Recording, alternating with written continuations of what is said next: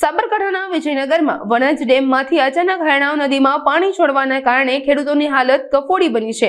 ધોળીવાવ કંપા વિસ્તારના ખેતરોમાં પાણીનો પ્રવાહ એટલો તેજ હતો કે ઊભા મગફળીનો પાક નાશ પામ્યો છે।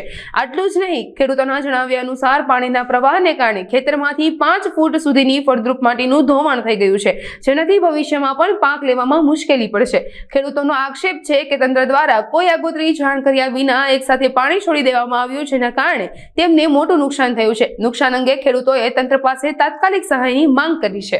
નમસ્કાર મિત્રો, આ દેખાય છે, આ પાળી દેખાય છે ને, ત્યાંથી કરીને નદી હતી, અહીંથી આ બધી નદી એનું વળાંક બદલતા આ છગન બાપાનું ખેતર એટલે મુકેશનું ખેતર રાહત તાળ વાળી નાખી છે। ગજબ નદી, આ ડેમવાળાએ અસંખ્ય પાણી છોડ્યું છે। આ જુઓ મિત્રો, આ ડેમવાળાએ પાણી છોડ્યું એના કારણે આ ખેડૂત મિત્રની હાલત જુઓ,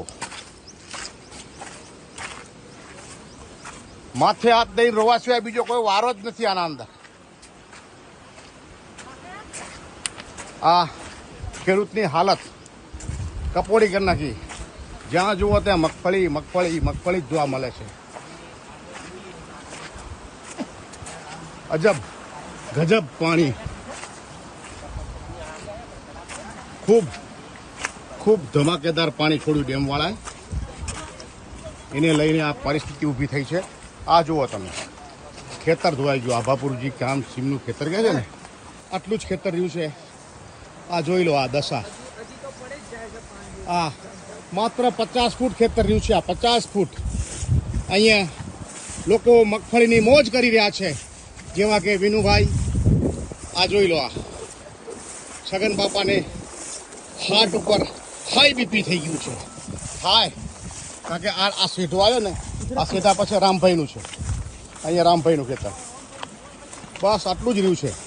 પૂરું ખેતર તહેસ નહેસ। આ નિશાની બચી છે માત્ર, બાકી બધું તહેસ નહેસ। આ ડેમવાળાને લીધે ડેમવાળાએ અસંખ્ય પાણી છોડ્યું છે, કોઈ પણ જાણ વગર ખેડૂતની હાલત ખરાબ કરી નાખી। આ જો આ દશા ખેડૂત મિત્રની, આ અહીંયાથી મુકેશભાઈ પુંજાભાઈનું ખેતર પૂરું થઈ અને રામભાઈના ખેતરમાં કરી ગઈ નદી। આ અહીંયા 3 ફૂટ રામભાઈનું પણ લઈ લીધું છે, 3-4 ફૂટ। આ અહીંથી બહુ જ ખતરનાક પરિસ્થિતિ છે। ખેડૂતને રોવા સિવાય કાંઈ છે જ નહીં। શું કરે ખેડૂત? કુદરત આગળ લાચાર છે। સરકારને વિનંતી છે, આના માટે કંઈક વિચારે। બહુ જ ખરાબ પરિસ્થિતિ છે, બહુ જ ખરાબ પરિસ્થિતિ। આ માત્ર ને માત્ર બોર રહ્યો છે, બોર તમે જુઓ, આ બોર છે, આ બોર રહ્યો છે, બાકી બધું તહેસ નહેસ। બહુ જ ખરાબ પરિસ્થિતિ છે। ડેમવાળાએ અસંખ્ય પાણી છોડવાના કારણે આ નદીની અંદર ઘોડા પૂર આવ્યું।